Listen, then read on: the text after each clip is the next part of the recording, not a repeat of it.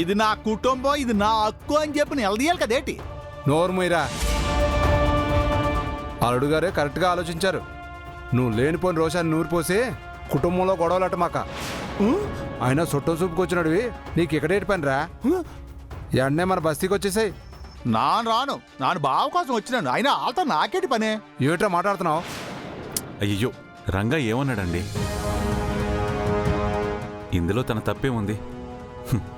తనేదో నా మీద అభిమానంతో మాట్లాడుతున్నాడంతే. ఎంత అభిమానం ఉన్నా ఎక్కడుండాల్సిన వాళ్ళు అక్కడుంటేనే మంచిది బాబు. రంగా, నువ్వు మీ బాబాయ్ చెప్పినట్టు చెయ్యి. అనయ్య అనయ్య, ఏంటమ్మా మీరు అనవసరంగా అన్నయ్య మనసును బాధ పెట్టారు. అన్నయ్య,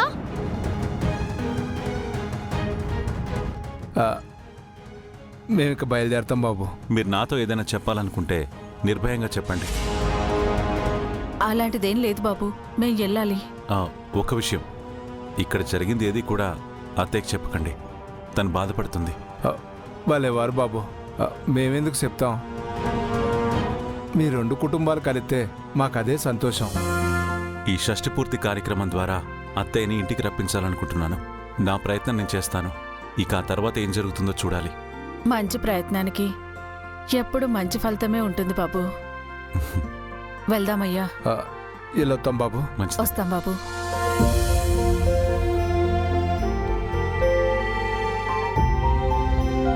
అన్నయ్య నా మాట వినన్నయ్య, ఆగన్నయ్య. అన్నయ్య ప్లీజ్. కోపం వచ్చేసినదేటి?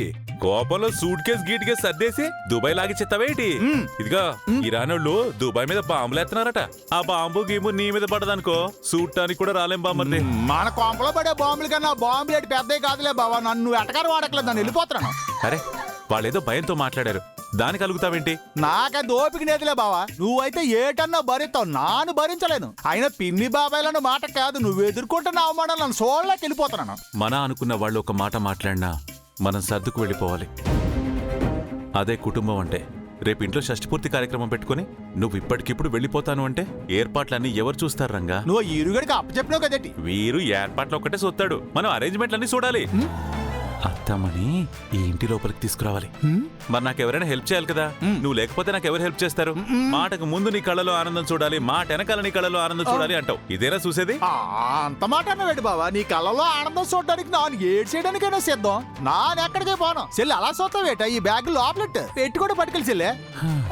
చెప్పా, ముందు భోంచేద్దాం, ఆ తర్వాత ప్లాన్ ఆలోచిద్దాం. చెల్లి వండ వడ్డించవా? అలాగే అన్నయ్య. మేనేజర్ గారు, మేనేజర్ గారు.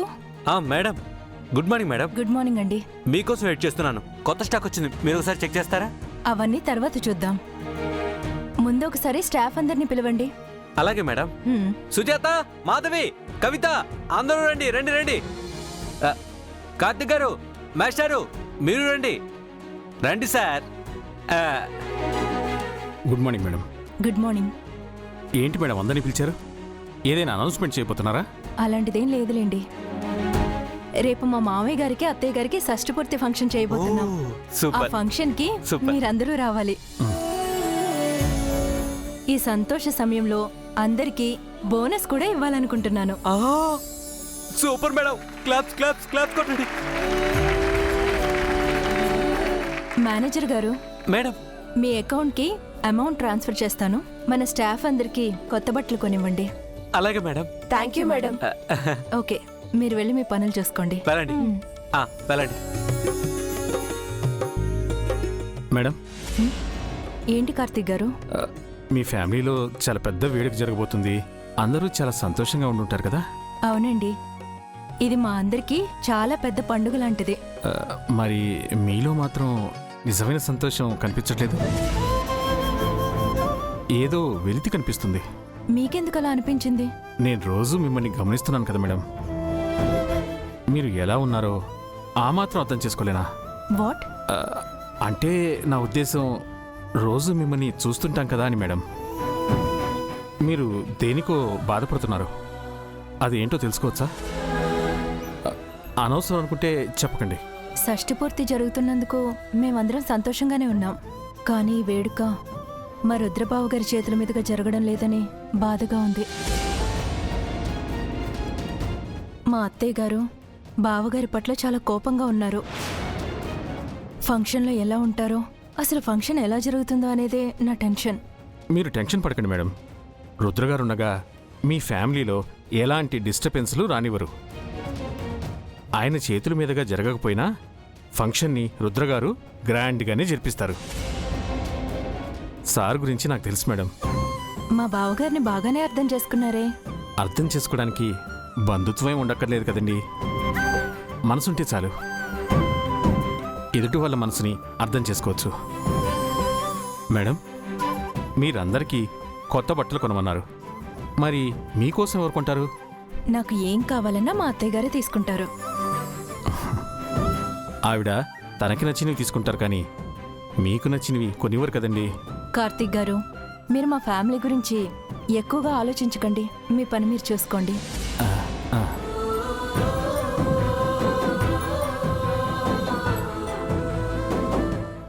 కార్తిక్ గారు, ఆ? అసలు మీకు ఏదనిపిస్తుంది అనేటివేనా? అసలు వాళ్ళింట్లో గొడవలు మనకెందుకండి? ప్రేమీల గారు సంతోషంగా ఉండాలనేది నా తాపత్రయం మకం గారు. ఆవిడ అందరితో కలిసి సంతోషంగా బతికేస్తున్నాను అనుకుంటున్నారు. అంతే తప్ప నిజంగా సంతోషంగా లేరు. అందుకు మనమేం చేయగలమండి? రుద్ర సార్ ఉన్నారు కదా, సారు అందరి గురించి ఆలోచిస్తారు. సారు గంగా మేడం చూసుకుంటారులేండి. ఆ ఇంట్లో రుద్రకార్ని కూడా లెక్క చేయటం లేదు మక్కం గారు. ఇక విజేంద్ర ప్రతాప్ గారి సంగతి తెలిసిందే. అయినా వాళ్ళు ఫ్యామిలీ అందరి గురించి ఆలోచిస్తారు. నేను ప్రమీలా గారి గురించి ప్రత్యేకంగా ఆలోచించే మనిషి ఉండాలి అంటున్నాను. మేడం గురించి ఎవరైనా ఎందుకు ఆలోచిస్తారండి? నేను ఆలోచిస్తానండి. మనం అందరం సంతోషంగా ఉండాలని కోరుకునే మేడం కూడా సంతోషంగా ఉండాలి కదా. మక్కం గారు, మేడం అందరికీ కొత్త బట్టలు కొనివ్వమన్నారు కదా. నాకు కొనే బదులు ఆ డబ్బులతో మేడంకే మంచి శారీ కొంటాను. హా, ఏమన్నారు కార్తిక్ గారు? మీరు మేడంకి శారీ కొనడం ఏంటండి? అయినా మేడం తీసుకోవాలి కదా. అభిమానంతో ఇస్తే ఖచ్చితంగా తీసుకుంటారండి. తన గురించి ఆలోచించే మనుషులున్నారని తనకు తెలియాలి కదండి.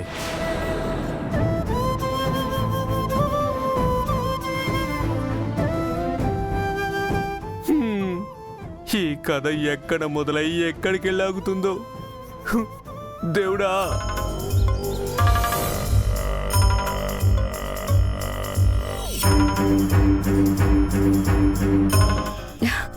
కంగ్రాట్స్ బ్రో, ఫైనల్లీ ఇంటి పెత్తనం తిరిగి నీ చేతికే వచ్చింది. I'm so happy. But I'm not happy. ఏమైంది బ్రో? అంతా నీకు అనుకూలంగానే జరిగింది కదా. శకుంతల అత్తయ్య గారు అందరి ముందు రుద్రబాబుని అవమానించి మరి ఫంక్షన్ బాధ్యతలు నీకు అప్పగించింది. ఇంకేం కావాలి? దెబ్బకి రుద్రబాబు సైలెంట్ అయిపోయాడు అని నువ్వు అనుకుంటున్నావు, కానీ రుద్ర వాంటెడ్గానే కామ్ అయిపోయాడు అనిపిస్తుంది.